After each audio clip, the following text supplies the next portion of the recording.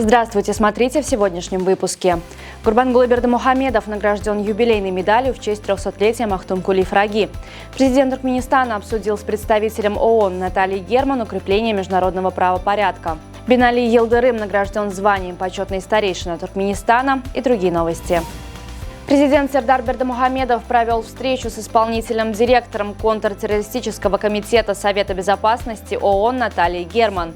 В ходе беседы обсуждались вопросы укрепления международного правопорядка и развития многополярной системы глобального управления. Президент Туркменистана Сердар Бердымухамедов подписал указ о награждении юбилейной медалью в честь 300-летия Махтумкули Фраги, национального лидера туркменского народа, председателя Халк Маслахаты Гурбангулы Бердымухамедова. Награда вручена за заслуги в реализации программных реформ в стране, выводе на новый уровень культурно-гуманитарных связей с государствами планетами и международными организациями, наведении мостов мира, дружбы и братства между народами. Кроме того, глава государства присудил национальному лидеру туркменского народа международную премию имени Махтумкули. Президент Сердар Бердымухамедов присвоил звание почетный старейшина Туркменистана председателю Совета старейшин Организации тюркских государств Бинали Йылдырыму. Кроме того, Йылдырым был награжден юбилейной медалью в честь 300-летия Махтумкули Фраги за его вклад в популяризацию творческого наследия великого туркменского поэта. В Ашхабаде торжественно открылся обновленный торговый рынок Ак-Йол, площадь которого составляет почти 11 тысяч квадратных метров. Новый рыночный комплекс впечатляет своими масштабами и возможностями. Торговый рынок состоит из 2 этажей, на которых расположены 284 торговых павильона, 2 склада и холодильные помещения. Ключевым преимуществом обновленного рынка Ак-Йол является широчайший ассортимент товаров. Здесь можно найти местную одежду, свежие продукты, кондитерские изделия и уникальные сезонные товары, включая праздничные новогодние подарки. В Ашхабаде с официальным визитом побывала делегация членов Совета Федерации во главе с председателем Комитета по регламенту и организации парламентской деятельности Вячеславом Тимченко.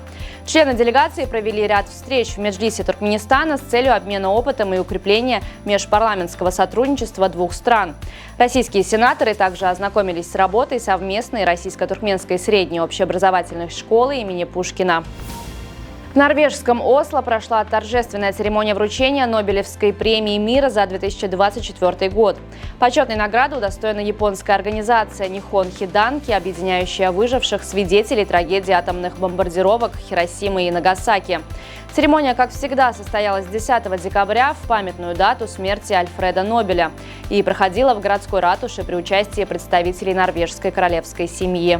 В австралийском штате Квинсленд разразился скандал, связанный с серьезным нарушением протоколов биологической безопасности. Местные власти инициировали расследование после таинственного исчезновения значительного количества вирусных образцов из научной лаборатории. Инцидент, произошедший в августе 2023 года, стал известен только недавно. Из научного учреждения бесследно пропали 323 ампулы с потенциально смертельными вирусами, включая редкие и особо опасные штаммы.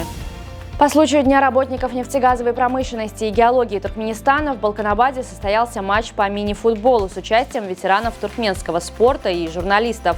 Товарищеский матч сборных Балканского вилаята и Ашхабада завершился со счетом 3-3. В составе сборной Балканского вилаята дублем отметился Евгений Ткаченко, еще один гол на счету Азата Гораджаева.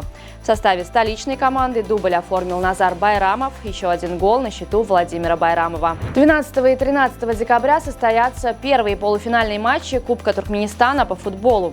В четверг Небичи на своем поле в Балканабаде примет Аркадак.